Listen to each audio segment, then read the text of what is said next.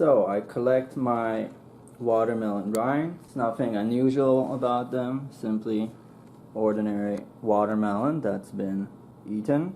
And I'm going to chop these up and place them in a jar. Okay, so now with the watermelon rind chopped up and placed in the jar, I will place some weights on top to prevent floating, and then simply fill to the top of the watermelon with water.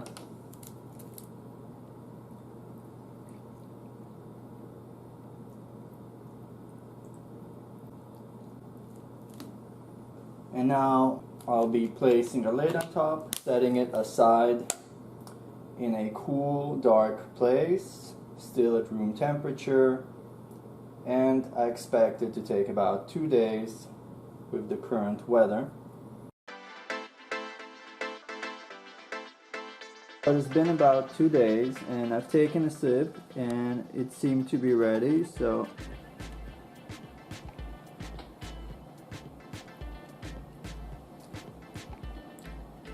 the flavor is nice and sour. It's reminiscent of a pickle.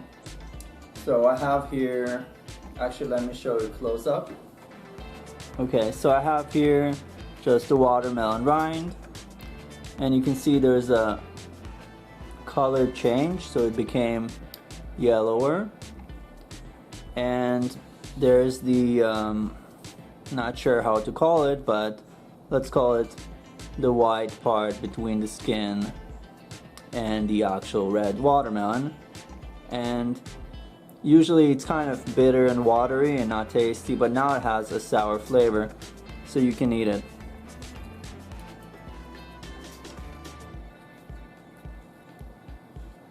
Here's one more.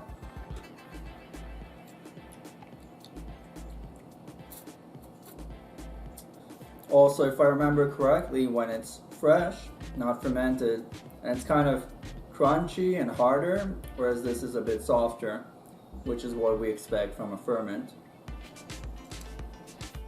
So I consider this a great success to take something that is thrown away, and this is literally enough to be the main course of a meal and perhaps even more. And of course I haven't touched the brine yet.